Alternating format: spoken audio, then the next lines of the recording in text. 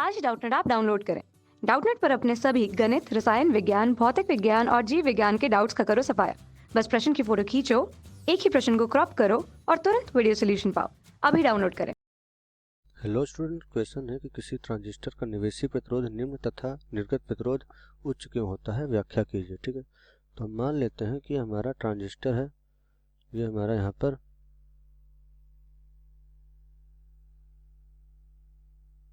Transistor बना हुआ है यहाँ पर,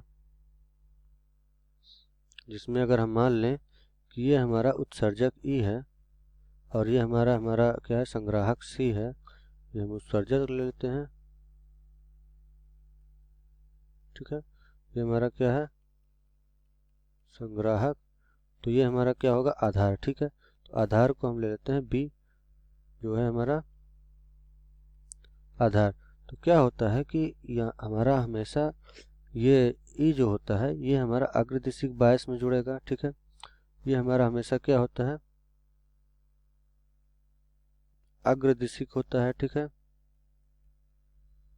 और ये हमेशा हमारा जो संग्राहक होगा वो हमेशा हमारा क्या होगा, पश्च दिशिक होता है। ठीक है,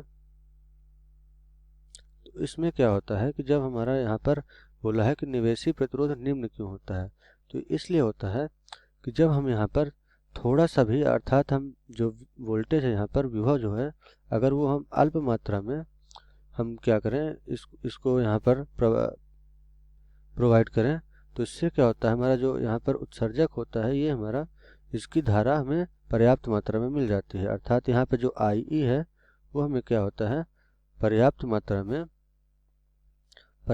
हमें क्या होती है, मिल जाती है।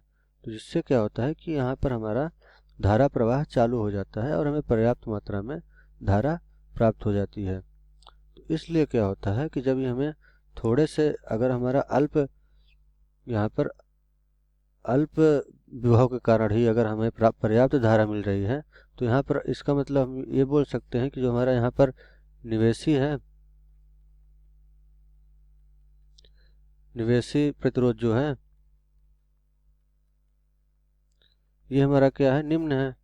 क्योंकि अगर ये हमारा निवेशी प्रतिरोध उच्च होता तो इस स्थिति में क्या होता कि हमें यहाँ पर उच्च या ज़्यादा से ज़्यादा वोल्टेज देना होता, पर हमें यहाँ पर क्या होता है कि हमारा जब ये अग्रदिशिक बायस में होता है हमारा ये, इसलिए क्या होता है कि अगर हम इसमें थोड़ा सा भी वोल्टेज देते हैं तो इसमें क्या होता है, आवेश वाहकों की संख्या अधिक होती है, जिस वजह से क्या होता है कि हमारा जो E होता है उत्सर्जक, ये हमारा बहुत अधिक क्या कर लेता है कि हमारा पर्याप्त मात्रा में धारा प्राप्त कर लेता है। ठीक है,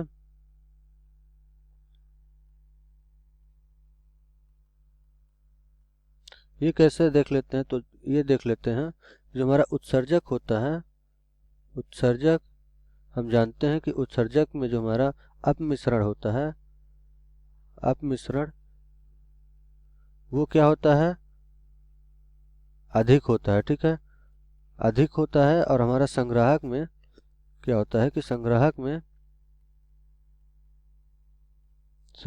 क्या होगा, हमारा अपमिश्रण ये हमारा कम होता है। ठीक है, और आधार में जो है हमारा सबसे कम होता है।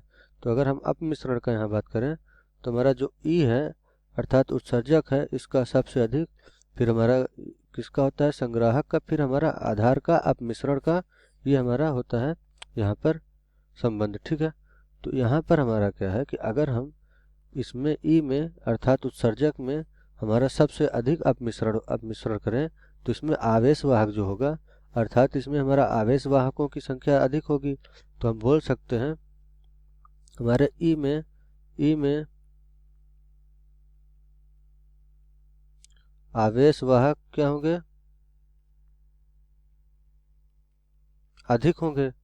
तो जिस वजह से क्या होता है कि हमारा आवेश वाहक इसमें अधिक होने की वजह से ये क्या करते हैं कि इसमें हमारा प्रतिरोध कम होगा। क्योंकि अगर हम थोड़ा सा भी वोल्टेज देते हैं तो अधिक आवेश वाहक, अर्थात मान लो हमारा यहाँ पर होल अधिक है या फिर हमारा इलेक्ट्रॉन अधिक है, तो ये क्या करेंगे, थोड़ा सा ही विभव पा के बहुत तेजी से त्वरित होने लगेंगे, क्योंकि यहाँ पर आवेश वाहकों की संख्या अधिक है। तो यहाँ पर जब इनका त्वरण बहुत अधिक होगा तो इससे क्या होगा कि हमें जितना पर्याप्त मात्रा में क्या है, यहाँ पर धारा IE हमें प्राप्त हो जाएगा। इसलिए क्या होता है कि इसका जो हमारा निवेशी प्रतिरोध होता है वो निम्न होता है। अब देख लेते हैं कि निर्गत प्रतिरोध उच्च क्यों होता है। तो यहाँ पर क्या है कि जब हम यहाँ पर जो हमारा निर्गत हमारा यहाँ पर प्रतिरोध है वो कहाँ पे हमें प्राप्त होगा, ये हमें संग्राहक पे प्राप्त होगा। तो क्या होता है कि संग्राहक हमेशा हमारा पश्च दिशिक होता है। तो पश्च दिशिक में क्या होता है कि अगर हमारा जो यहाँ पर धारा बह रही है तो संग्राहक, तो हमारी जो धारा अगर है, हम लिख लेते हैं इसको, धारा संग्राहक जो है संग्राहक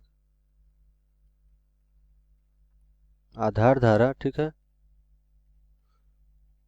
आधार धारा अगर यहाँ बह रही है तो इससे क्या होगा कि अगर यहाँ पर हमारी धारा बह रही है तो ये पश्च दिशिक के द्वारा जो हमारे आवेश वाहक हैं ये हमारे एकत्रित कर लिए जाते हैं। तो ये अगर हमारा एकत्रित कर लिया जाता है तो यहाँ पर क्या होगा कि अगर हम इसकी वोल्टता अर्थात इसमें हम विभव, इसका हम विभव अधिक कर दें तो भी इसमें हमारा क्या होगा कि यहाँ पर हमारा पश्च दिशिक की वजह से क्या हो रहा है कि हमारे आवेश वाहक जो हैं एकत्रित हो जा रहे हैं। इसलिए क्या हो रहा है कि इसके जो धारा में परिवर्तन होगा वो धारा में परिवर्तन क्या होगा, धारा में परिवर्तन अल्प होगा, ठीक है, अल्प मात्रा में होगा। तो इसलिए हम बोल सकते हैं कि अगर हम इसमें अधिक अधिक वोल्टेज भी देते हैं तब भी हमारा क्या होता है कि इसका हमारा धारा में परिवर्तन कम होता है। इसलिए हम बोल सकते हैं कि हमारा यहाँ पर क्या होगा, निर्गत प्रतिरोध है, निर्गत प्रतिरोध कैसा होगा, उच्च होगा। क्योंकि अगर हमारा निर्गत प्रतिरोध निम्न होता तो थोड़े से ही विभव के परिवर्तन की वजह से हमारा जो धारा में परिवर्तन है वो अधिक होना जाना चाहिए, पर यहाँ पर हमारा धारा में परिवर्तन कम हो रहा है अगर हम उच्च वोल्टता भी दे रहे हैं तब भी।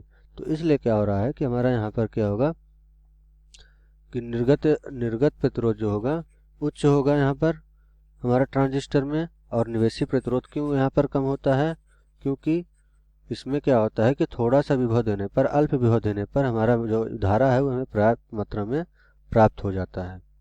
Thank you. कक्षा 6वीं से 12वीं से लेकर नीट, आईआईटी, जेई वो एडवांस के लेवल तक 1 करोड़ से ज्यादा छात्रों का भरोसा। आज ही डाउनलोड करें डाउटनेट ऐप या व्हाट्सएप करें अपने सारे डाउट्स 8400 400 400 पर।